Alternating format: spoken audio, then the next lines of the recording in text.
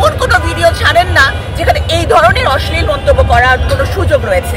আরেকটা কথা, যে পুরুষ মানুষটা নিজের মা এবং বোনকে শ্রদ্ধা করতে শিখেছে, সে একটা কমার্শিয়াল সেক্স ওয়ার্কারকে দেখেও বাজে মন্তব্য করবেন না, কোনোদিনও না।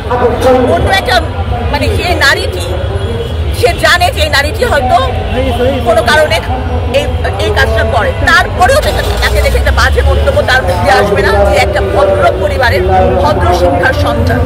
শিশুরা কার কাছে নিরাপদ? আমরা দেখতে পেলাম আসিয়ার ঘটনায় একজন নারীও এর সাথে যুক্ত। তো সন্তানগুলো তো বাবার কাছে হ্যারাসমেন্ট বা পুরুষের কাছে হ্যারাসমেন্ট হয়ে মায়ের কাছে মুক্ততা, এক্ষেত্রে নারীরা এর সাথে যুক্ত হচ্ছে। আসলে এই বর্তমান আমাদের এই যুগটা বা সমাজটা মেয়েদেরকে সেফ রাখার জন্য আমাদের মেন্টালিটি কতটা পরিবর্তন প্রয়োজন মনে করেন? সামগ্রিক মানসিকতার পরিবর্তন করা দরকার। আর নারীরা তো অবশ্যই, আমি বললাম, আমি দেখেছি যে অনেক ধর্ষণ মামলাতে নারীর ভূমিকা রয়েছে, নারীরা সেজন্য শাস্তিও পাচ্ছে। অবশ্যই নারীর ভূমিকা রয়েছে। আমি যেটা সামাজিক মাধ্যমে নারীদের অশ্লীল কমেন্ট দেখেন, নারীরাও কিন্তু করে। এবং আমি বলবো পুরুষ নারী, এইসব নারী একজন পোটেনশিয়াল ধর্ষক, তারা সুযোগ পেলে এই কাজগুলোই করবেন। আমি মনে করি এটাই সম্ভব। নারীর প্রতি সোশ্যাল এবং এইটা বন্ধ করার জন্য সবাইকে একটা উদ্যোগ নিতে হবে। আজকাল সামাজিক যোগাযোগ মাধ্যমে ফেসবুক দেখা যায় যে একটা নারী ভিডিও দিচ্ছে, কত অশ্লীল কমেন্ট। আমার তো মনে হয় যে যারা কমেন্ট করে প্রত্যেকে এক একজন পোটেনশিয়াল ধর্ষক। যারা গাউসিয়া মার্কেটে একটু ভিড়ের সুযোগে নারীর কবলে হাত দেয়, তারা সুযোগ পেলে কি ধর্ষণ করবে না? আপনাদের কি মনে হয়? তারা প্রত্যেকে এক একজন পোটেনশিয়াল ধর্ষক।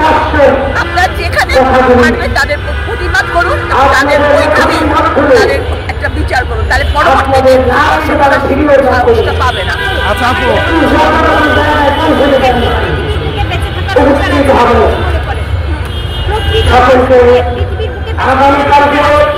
আমার মনে হয় যে যারা প্রকৃত ধর্ষক তাদের এই পৃথিবীতে বেঁচে থাকার কোনো অধিকার নাই, কারণ তাদেরকে দেখে আরো খারাপ হবে।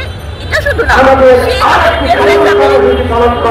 বলে তখন সে আরো এই কাজটা করবে, কারণ তার মনে পশুত্ব বলে পশুদের অপমান করা হয়, তার মনের এই শয়তানি সে যাবে না।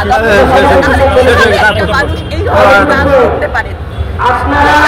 পোশাক দেখে কেউ যদি মনের মধ্যে এতটা কি বাংলাদেশের মানুষ যেমন পোশাক পরে, শেষে সেলিব্রিটি হবে নায়িকা, বাংলাদেশের নায়িকা বা সেলিব্রিটি মডেল যারাই আছে তারা কি এমন পোশাক পরে যাকে দেখে উত্তেজিত হয়ে একেবারে 8 বছরের বাচ্চার পর ঝাঁপিয়ে পড়তে হবে? আমি যেটা বুঝে পাই। আপনি যেমন বললেন যে সোশ্যাল মিডিয়ায় যে নারীদের অশ্লীলভাবে যে কমেন্টগুলো করা হয় সেগুলো একটা মানে হ্যারাসমেন্ট